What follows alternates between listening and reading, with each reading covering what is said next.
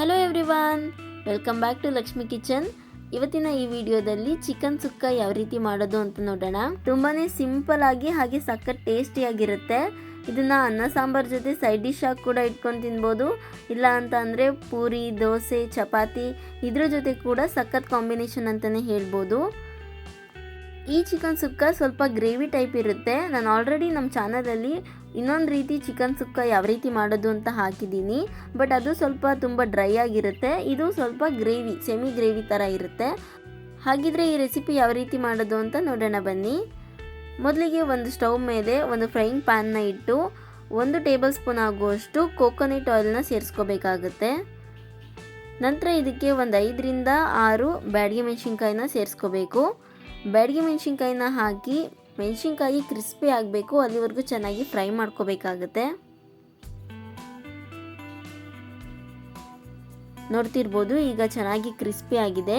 ಈಗ 1 table spoon ಆಗುವಷ್ಟು ಧನಿಯಾ ಕಾಳು, ಹಾಗೆ 1 ಟೇಬಲ್ ಸ್ಪೂನ್ ಆಗುವಷ್ಟು ಮೆಣಸು ಅಂದರೆ ಕಾಳು ಮೆಣಸು, ನಂತರ 1 ಟೇಬಲ್ ಸ್ಪೂನ್ ಆಗುವಷ್ಟು ಜೀರಿಗೆ ಇಷ್ಟನ್ನು ಸೇರಿಸ್ಕೋಬೇಕಾಗುತ್ತೆ.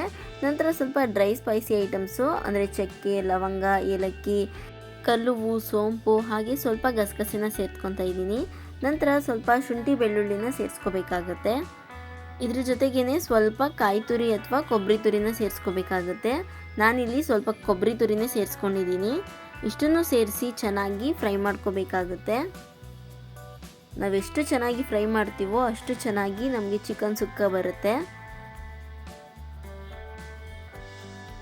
ತುಂಬ ಕಪ್ಪಗೂ ಆಗಬಾರ್ದು ಅಥವಾ ತುಂಬ ಲೈಟಾಗಿ ಕೂಡ ಫ್ರೈ ಮಾಡಬಾರ್ದು. ಕರೆಕ್ಟಾಗಿ ಮೀಡಿಯಮ್ ಫ್ಲೇಮಲ್ಲಿ ಇಟ್ಕೊಂಡು ಫ್ರೈ ಮಾಡ್ಕೋಬೇಕಾಗತ್ತೆ. ನೋಡಿ, ಈಗ ಇದಾಗಿದೆ. ಇದನ್ನ ಈಗ ಗ್ಯಾಸ್ ಫ್ಲೇಮ್ನ ಆಫ್ ಮಾಡಿ ಕಂಪ್ಲೀಟಾಗಿ ಕೂಲ್ ಆಗೋದಕ್ಕೆ ಬಿಡಬೇಕಾಗುತ್ತೆ. ಕಂಪ್ಲೀಟಾಗಿ ಕೂಲ್ ಆದ ನಂತರ ಮಿಕ್ಸರ್ ಜಾರ್ಗೆ ಹಾಕಿ ಸ್ವಲ್ಪನೇ ನೀರನ್ನ ಸೇರಿಸಿ ನುಣ್ಣಗೆ ರುಬ್ಕೊಂಡು ಪೇಸ್ಟ್ ಮಾಡ್ಕೋಬೇಕಾಗುತ್ತೆ.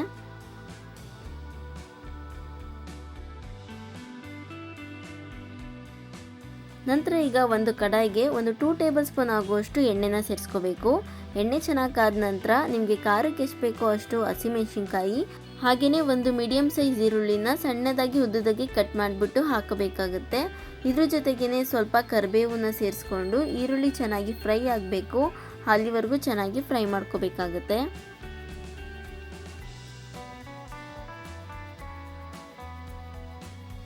ಈರುಳ್ಳಿ ಚೆನ್ನಾಗಿ ಫ್ರೈ ಆದ ನಂತರ ಈಗ ಚಿಕನ್ನ ಸೇರಿಸ್ಕೋಬೇಕು. ನಾನಿಲ್ಲಿ ಚಿಕನ್ನು ವಿತ್ ಬೋನು ವಿತ್ ಸ್ಕಿನ್ನ ತೊಗೊಂಡಿದ್ದೀನಿ. ನೀವು ಸ್ಕಿನ್ ಔಟ್ ಮಾಡಬೇಕು ಅನ್ನೋ ಅವಶ್ಯಕತೆ ಏನೂ ಇರೋದಿಲ್ಲ. ಚಿಕನ್ಗೆ ಈಗ ಒಂದು 1/4 ಟೀ ಸ್ಪೂನ್ ಆಗುವಷ್ಟು ಅರಿಶಿನ ಪುಡಿನ ಸೇರಿಸ್ಕೋಬೇಕು. ಹಾಗೆಯೇ ಸ್ವಲ್ಪ ರುಚಿಗೆ ತಕ್ಕಷ್ಟು ಉಪ್ಪನ್ನು ಸೇರಿಸ್ಕೊಂಡು ಚೆನ್ನಾಗಿ ಫ್ರೈ ಮಾಡ್ಕೋಬೇಕು ಚಿಕನ್ನ ಎಣ್ಣೆಲಿ. ಚಿಕನಲ್ಲಿರುವಂತಹ ನೀರಿನಂಶ ಎಲ್ಲ ಹೊರಗಡೆ ಬರಬೇಕು, ಅಲ್ಲಿವರೆಗೂ ಚೆನ್ನಾಗಿ ಫ್ರೈ ಮಾಡಿಕೊಂಡು ಚೆನ್ನಾಗಿ ಚಿಕನ್ನ ಬೇಯಿಸ್ಕೋಬೇಕಾಗತ್ತೆ.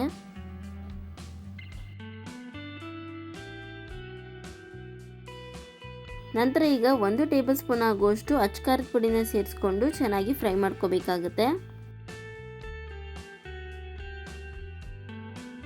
ಚಿಕನ್ನ ಚೆನ್ನಾಗಿ ಫ್ರೈ ಮಾಡಿದ ನಂತರ ಒಂದು ಪ್ಲೇಟ್ನ ಮುಚ್ಚಿ ಚಿಕನ್ ಒಂದು 70% ಅಷ್ಟು ಬೇಯಬೇಕು, ಅಲ್ಲಿವರೆಗೂ ಚೆನ್ನಾಗಿ ಬೇಯಿಸ್ಕೋಬೇಕಾಗುತ್ತೆ. ನೋಡ್ತಿರ್ಬೋದು, ಈಗ ಚಿಕನ್ ಬೆಂದಿದೆ. ಈಗ ಇದಕ್ಕೆ ನಾವು ರುಬ್ಬಿಟ್ಕೊಂಡಿರುವಂತಹ ಮಸಾಲೆನ ಸೇರಿಸ್ಕೋಬೇಕು. ನೋಡ್ತಿರ್ಬೋದು ನೀವು, ನಾನು ಮಸಾಲೆನ ಸ್ವಲ್ಪನೇ ನೀರನ್ನ ಹಾಕಿ ರುಬ್ಕೊಂಡಿದ್ದೀನಿ. ಈ ರೀತಿಯಾಗಿಯೇ ಮಸಾಲೆನ ಸ್ವಲ್ಪ ಗಟ್ಟಿಯಾಗಿ ರುಬ್ಬಿಟ್ಟು ಸೇರಿಸ್ಕೋಬೇಕಾಗುತ್ತೆ. ನಂತರ ನಮಗೆ ಸ್ವಲ್ಪ ಗ್ರೇವಿ ಟೈಪ್ ಬೇಕಾಗಿರೋದ್ರಿಂದ ಸ್ವಲ್ಪ ನೀರನ್ನ ಕೂಡ ಸೇರಿಸ್ಕೋಬೇಕು. ನಾನಿಲ್ಲಿ ಮಿಕ್ಸರ್ ಜಾರ್ಗೆ ನೀರನ್ನ ಸೇರಿಸ್ಕೊಂಡಿದ್ದೀನಿ. ಮಸಾಲೆ ಹಾಕಿದ ನಂತರ ಒಂದ್ಸಲ ಚೆನ್ನಾಗಿ ಮಿಕ್ಸ್ ಮಾಡಿಕೊಂಡು ಹೈ ಫ್ಲೇಮಲ್ಲಿ ಫ್ರೈ ಮಾಡ್ಕೊಂಡ್ಬಿಟ್ರೆ ನಮಗೆ ಚಿಕನ್ ಸುಕ್ಕ ರೆಡಿಯಾಗಿರುತ್ತೆ. ಯಾಕೆ ಅಂತ ಅಂದರೆ ನಾವು ಆಲ್ರೆಡಿ ಮಸಾಲೆನೆಲ್ಲ ಫ್ರೈ ಮಾಡಿರೋದ್ರಿಂದ ಜಾಸ್ತಿ ಹೊತ್ತು ಬೇಯಿಸ್ಕೊಳ್ಳೋವಂತಹ ಅವಶ್ಯಕತೆ ಇರೋದಿಲ್ಲ.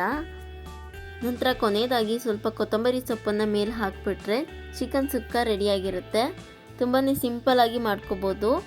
ಸೊ ಈ ವಿಡಿಯೋ ನಿಮಗೆ ಇಷ್ಟ ಆಗಿದ್ದರೆ ಲೈಕ್ ಮಾಡಿ, ಶೇರ್ ಮಾಡಿ ಆ್ಯಂಡ್ ಕಮೆಂಟ್ ಮಾಡಿ. ಮತ್ತಷ್ಟು ಹೆಚ್ಚಿನ ರೆಸಿಪಿ ವಿಡಿಯೋಗಳಿಗಾಗಿ ನಮ್ಮ ಚಾನಲ್ನ ಸಬ್ಸ್ಕ್ರೈಬ್ ಮಾಡ್ಕೊಳ್ಳಿ.